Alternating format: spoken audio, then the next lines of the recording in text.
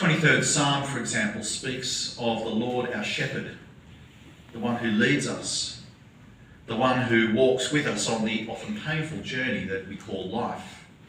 And it affirms that nobody needs to walk this road alone. And in fact, nobody does walk it alone. There is always one who is there. Sometimes we recognise him, often we don't.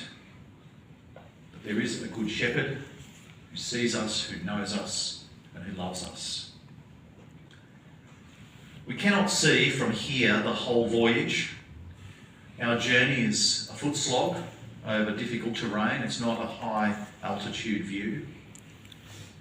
But while we cannot see the full picture, we can know that there is one who does, and that is the one who walks beside us and who will never leave the side of the one who trusts in him. The shepherd leads his sheep beside green pastures and beside still waters. The shepherd also leads the sheep through the valley of the shadow of death. He hasn't promised that he will spare them dark and terrible moments, but he has promised that he will not abandon them to those moments, and that his abundant goodness and loving kindness will walk beside us, ultimately receive us into his house forever. Was this Darwin's experience? I have no doubt that he is now in the presence and the peace that is found in his good shepherd.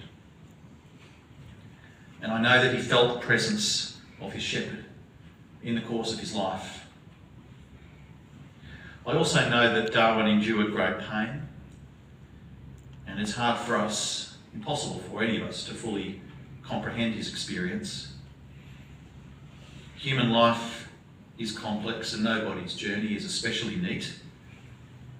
It may help to remember that the cross, this central image of the Christian life and the source of our ultimate hope, is itself a picture of abject sorrow and abandonment that is almost too great for us to bear. On that cross, a profoundly impressive and very much alive young man, full of promise, is subjected to a senseless and an unjust death. A mother is left with a sword of grief piercing her own spirit. Friends are scattered in disbelief. And of course, famously, there is his own cry of dereliction and abandonment on the cross. My God, why have you forsaken me? I don't know if Darwin ever had sentiments like that, but if he did, I'm certain he now knows that he could never have been abandoned by a God who has endured so much to be near his children. None of us can see the full picture from here, but we can trust in a God who, even when we may feel abandoned, will never leave our side.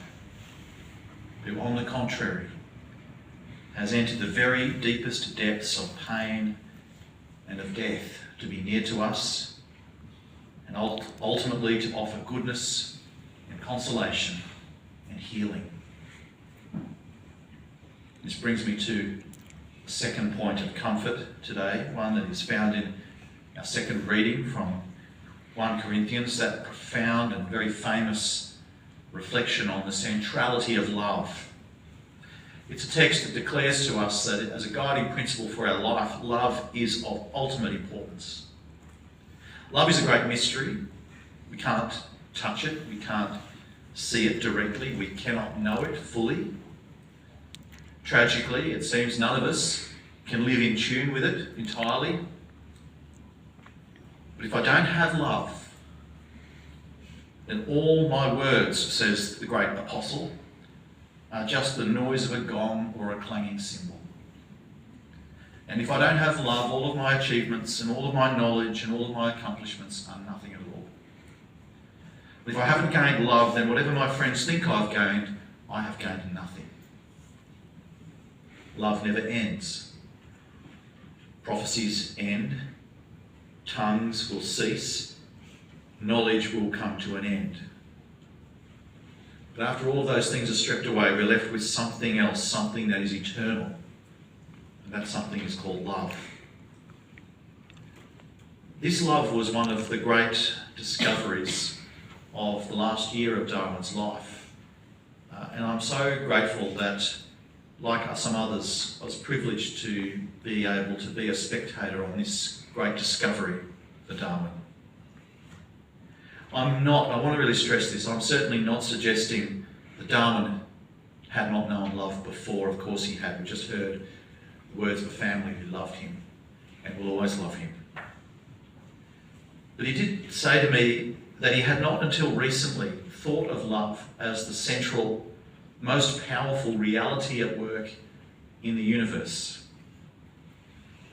He shared with us at church one night these words. This is a quote from something that he said. "The heart can grow large enough to contain the whole world if one so loves the world enough. Jesus Christ loves us so much and so selflessly that only his love has perfected this love of the world." This is a love that knows each of us, that knows and holds Darwin. I'm sure that in the last few weeks we've all been reflecting on the depths, the mysterious depths of Darwin's soul, and there were aspects of Darwin that none of us ever knew or saw. But while we can't ever know another person fully, we probably can't even know ourselves fully, there is one who can, there is one who does. Our knowledge and Darwin's knowledge is partial.